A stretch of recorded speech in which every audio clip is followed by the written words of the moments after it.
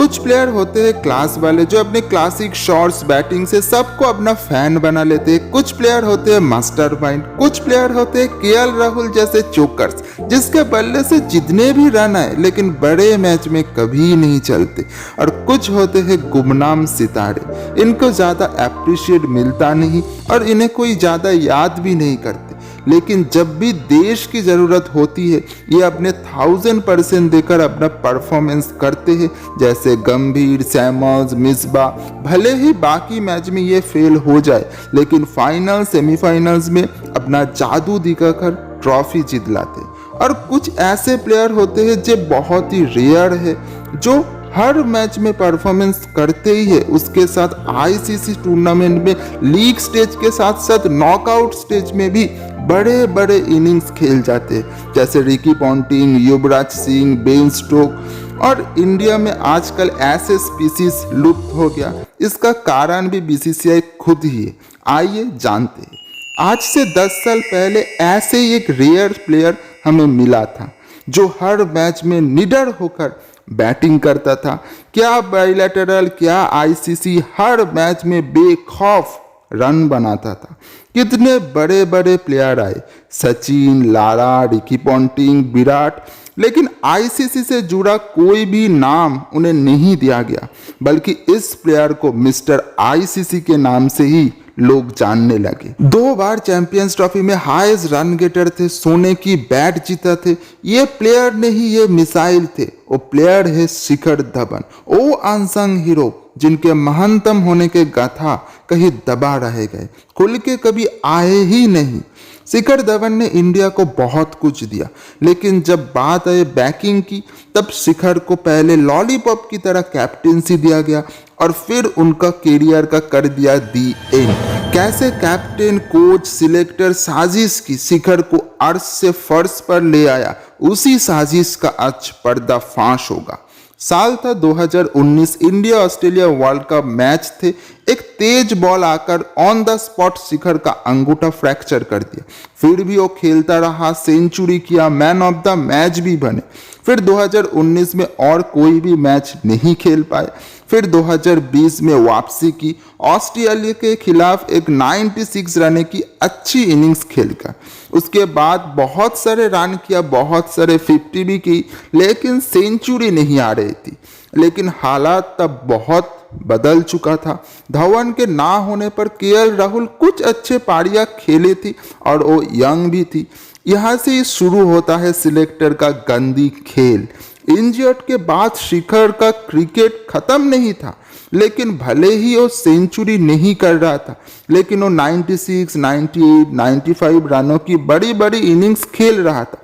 फिर भी सिलेक्टर को धवन के आगे केएल राहुल को टीम में फिट करना था।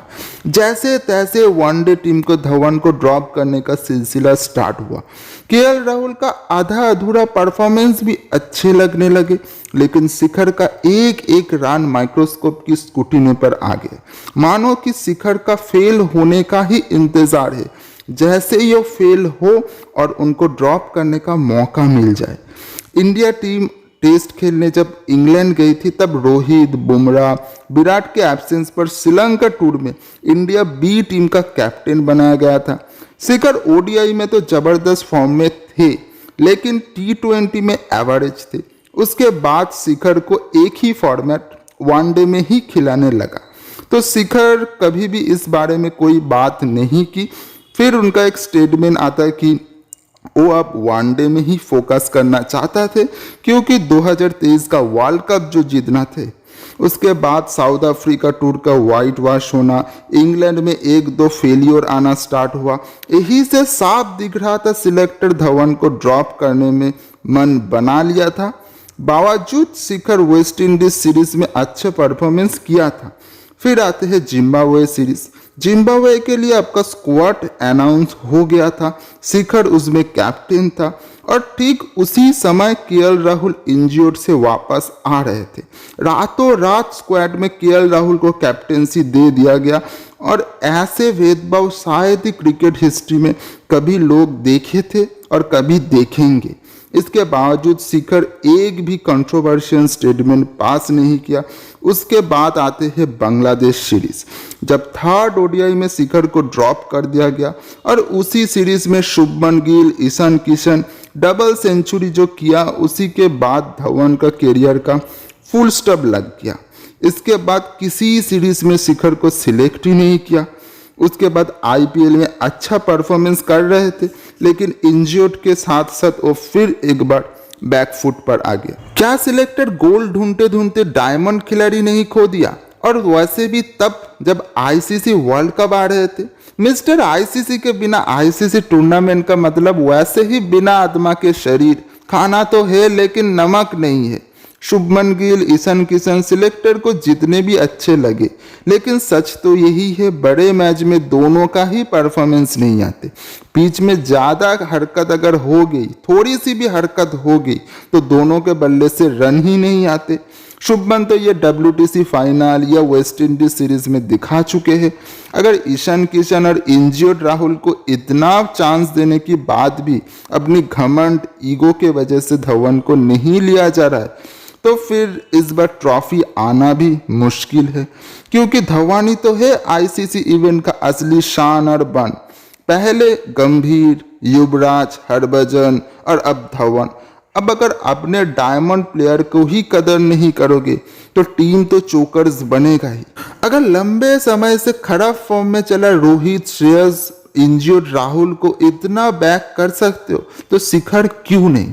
शुभमन ईशान को जिस तरह से जबरदस्ती ओपनिंग में कोशिश कर रहा है कि वो फिट हो जाए, इस तरह से तो ऐसे ही लग रहा है कि वर्ल्ड कप के बाद रोहित शर्मा को भी टाटा बाई बाई कर सकता है। क्योंकि अगर विराट कोहली को कैप्टेंसी के इस तरह से हटाया जा सकता है तो कुछ भी हो सकता है। तो अंत में यही कहेंगे, रोहित अगर आज धवन को बैक नहीं करते तो वर्ल्ड कप के बाद रोहित को भी कोई बैक करने नहीं आएगा। अगर सबको ट्राई कर रहे हो, इतना मौका मिल रहा है, तो धवन को भी एक मौका मिलना चाहिए था।